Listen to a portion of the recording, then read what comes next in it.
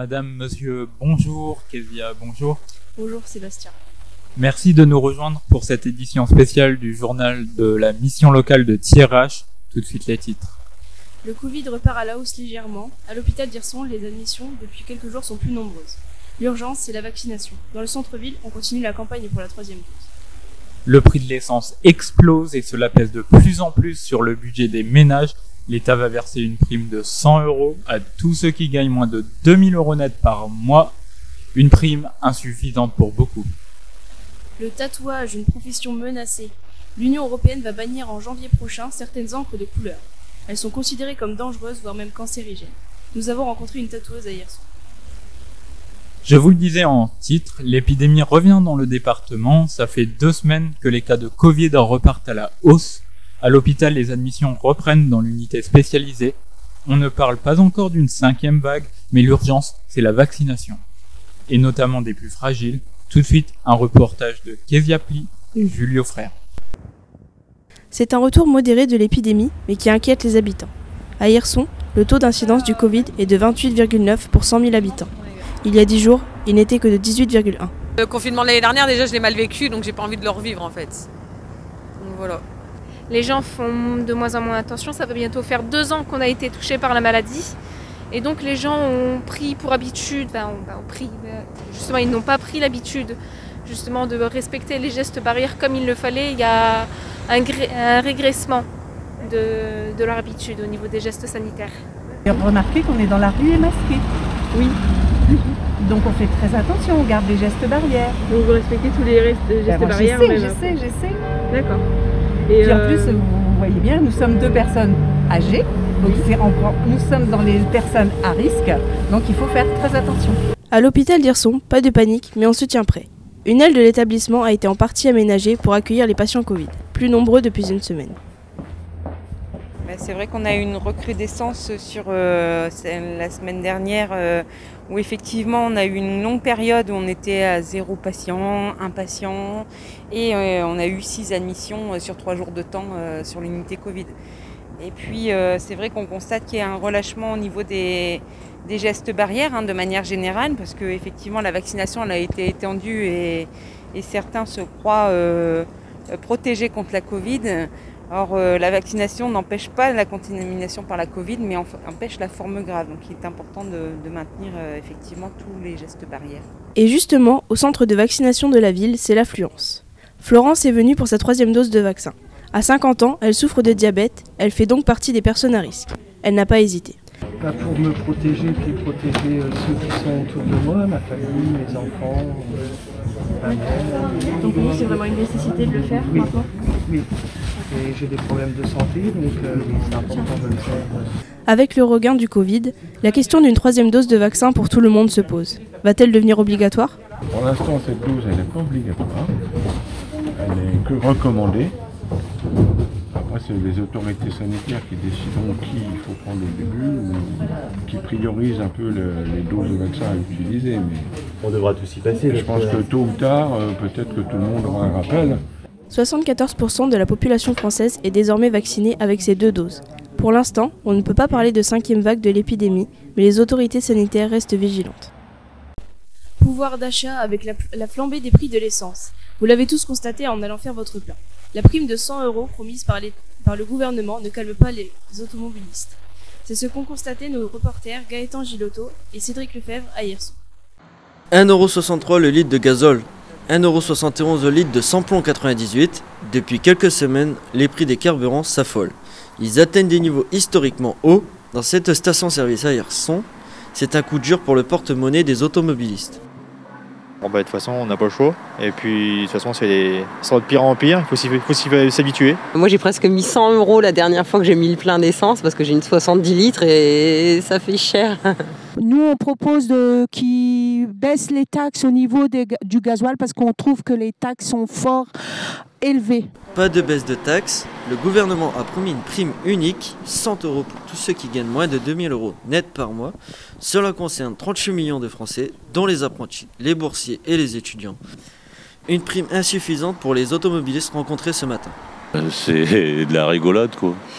C'est juste pour faire joli, mais 100 balles dans un réservoir, ça se voit à peine. Les gens qui font beaucoup de kilomètres, c'est vrai que c'est une petite aiguille dans notre budget, mais j'aimerais que cette aide soit augmentée pour le nombre de kilomètres qu'on parcourt. En tant qu'aide-soignante à domicile, les 100 € pour nous, ça fait un plein pour une semaine. Cette prime sera versée une fois à la fin du mois de décembre. Transport maintenant avec le réseau des TER qui est la cible de nombreuses critiques dans notre région. Pas assez de trains, des retards, pas d'agents en gare. Alors la SNCF a annoncé des renforts de personnel. Reportage de Cédric Lefebvre et Gaëtan Gilot. Quand on parle du train aux clients, certains évoquent leurs galères, leurs contraintes. En gare d'Hirson, pas toujours facile d'avoir son TER en temps et en heure. Les contraintes, c'est parce que ils sont pas souvent à l'heure, ou ils sont souvent en retard, ou ils sont annulés. Le problème, il est là. Dans le Hauts-de-France, le réseau TER est confronté à de nombreux problèmes. Pas assez de trains, mais surtout pas assez de personnel à bord et en gare. C'est important pour nous, surtout ceux qui sortent du travail le soir, être au moins accompagnés. Moi, je trouve que c'est une bonne chose quand même au niveau renforcement de la sécurité. À Hirson, la SNCF avait promis 20 contrôleurs. Ils ne sont finalement que 15. C'est ce que dénonce cet agent sous couvert d'anonymat. Alors, le nombre de personnel, c'est en corrélation avec la qualité. Plus vous avez de personnes, en fait, plus vous pouvez répondre en fait à la demande des clients. Plus on est, meilleure la qualité sera. Le conseil régional a annoncé qu'il serait vigilant afin que la situation s'améliore sur le réseau TER. Le 14 juillet dernier, les cours d'eau de Hirson ont connu une crue historique pour cette période de l'année. Et ce n'est pas la première fois que la ville fait face à des inondations. De gros travaux doivent permettre à la ville à l'avenir d'éviter ce genre de catastrophe et les dégâts qui vont avec. Des experts sont sur le terrain actuellement. Un reportage signé Julio Frère et Kézia Pli. Les images remontent à 2011. Suite à une violente tempête, l'Oise sort de son lit. Des flots déchaînés envahissent toute la ville d'Hirson. Les dégâts sont importants, 450 maisons inondées. Mais aussi des commerçants comme la pâtisserie d'Alain Thomas. On a 80 cm d'eau dans le magasin parce que moi je suis un petit peu en cuvette là. Donc j'ai pas de marque, j'ai rien du tout, donc les 80 cm d'eau sont dans le magasin directement. Petit magasin, puis il y a tout ce qui suit. Quand vous voyez l'eau arriver là, comme ça, faire quoi? Sauver quoi? Rien sauver. Parce que les meubles, ça a fait 600 kilos, moi, alors allez, j'ai appelé des gens pour bouger les meubles, mais bon, on peut rien faire, tout a pris l'eau. À chaque orage important, les deux rivières qui traversent la ville débordent. La dernière fois, c'était en plein cœur de l'été, le 14 juillet dernier. Ces deux experts de l'environnement nous expliquent pourquoi Hirson est souvent menacé par la montée des eaux. Donc le souci de cette commune, c'est que on a déjà deux cours d'eau, on a le Gland et l'Oise qui confluent dans la commune, juste en amont de la position où on est. Et en plus, on est en tête de bassin. Ça veut dire que c'est le début des rivières. L'Oise prend sa source en Belgique, le Gland est pas très loin au niveau de sa source. Donc on est sur les têtes de bassin et donc quand il pleut, ça réagit très vite. Ça veut dire que l'eau va monter très rapidement.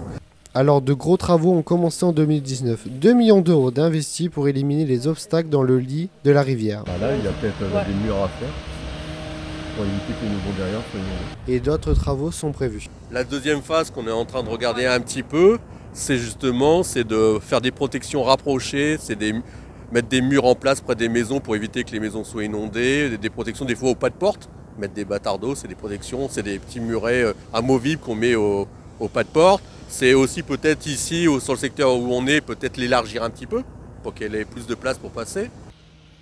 Les études viennent de commencer, le chantier va durer près de 6 ans.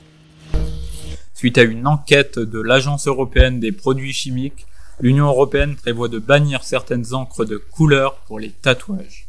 Elles sont considérées comme cancérigènes. Nous avons rencontré une professionnelle du secteur, elle nous parle de ses inquiétudes. Un reportage de Roman Cazé et Sébastien Pipier. Sur son avant-bras, Jessie se fait tatouer ce matin-là un arbre surplombé d'une lune rouge vif. Ça fait des bons moments pour ça. Car en janvier prochain, les couleurs seront interdites. En cause, des substances chimiques cancérigènes présentes dans certaines encres utilisées par les tatoueurs. C'est l'Union européenne qui a pris cette décision. Incompréhensible pour Mallory Desjardins, tatoueuse à Hirson. J'en parle un petit peu à mes clients. surtout les clients qui ont tendance à faire les couleurs. Leur ressenti c'est le même que le mien en fait. Ils trouvent ça ridicule parce que eux ils n'ont jamais eu de problème, donc ils ont quand même des personnes dans leur famille qui ont fait des couleurs. Donc ils trouvent ça dommage que, encore une fois, les tatoueurs soient visés. Parce que c'est pas la première fois que les tatoueurs sont visés, que ce soit les couleurs ou les règles d'hygiène, quoi que ce soit. Selon elle, c'est toute la profession qui va subir cette décision. Alors pour ce qui est de la couleur, tôt ou tard, je pense qu'il va y avoir de lourdes répercussions s'ils continuent sur cette voie-là. Parce que les tatoueurs, il y en a pas mal qui risquent de fermer à cause de ça. Ils sont vraiment spécialisés là-dedans. Certaines alternatives existent. Des encres colorées naturelles, mais elles coûtent plus cher.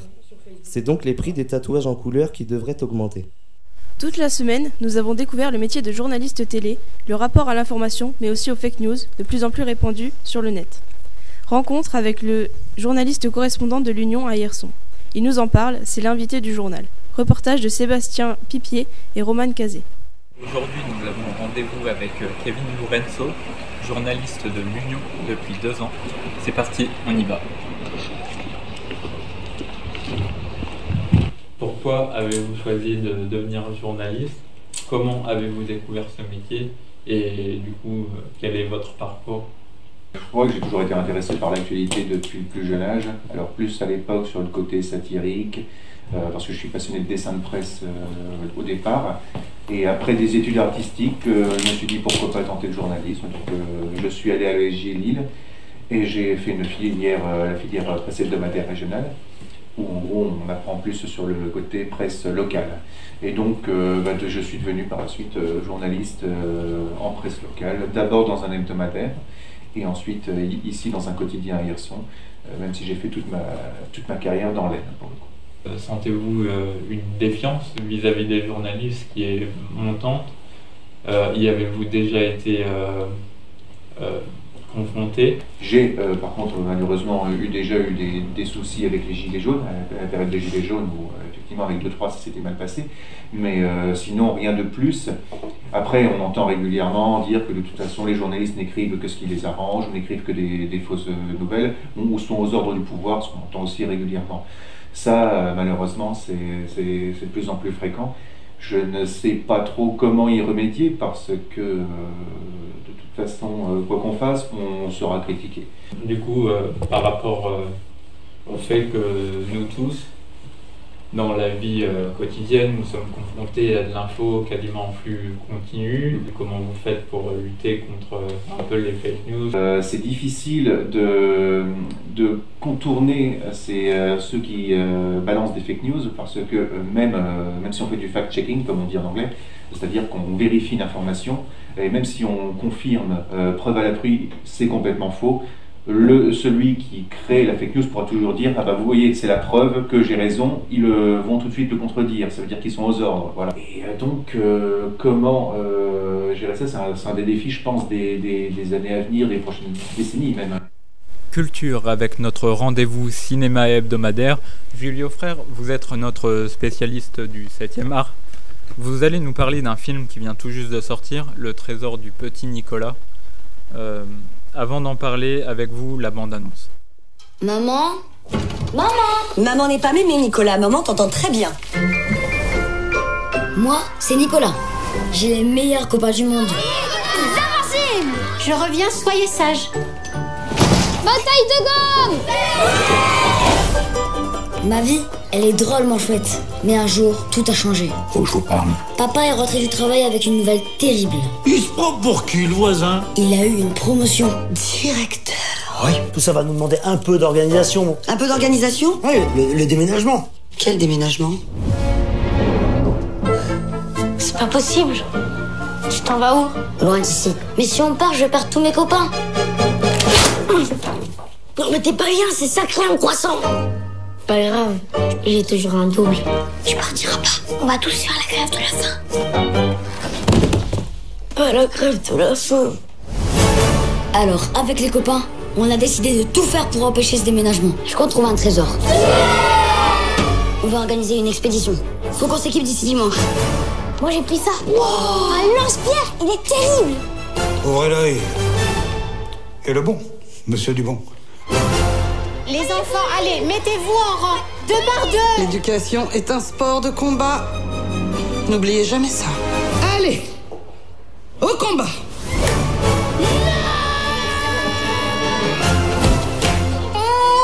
Tout va bien les enfants? Oui.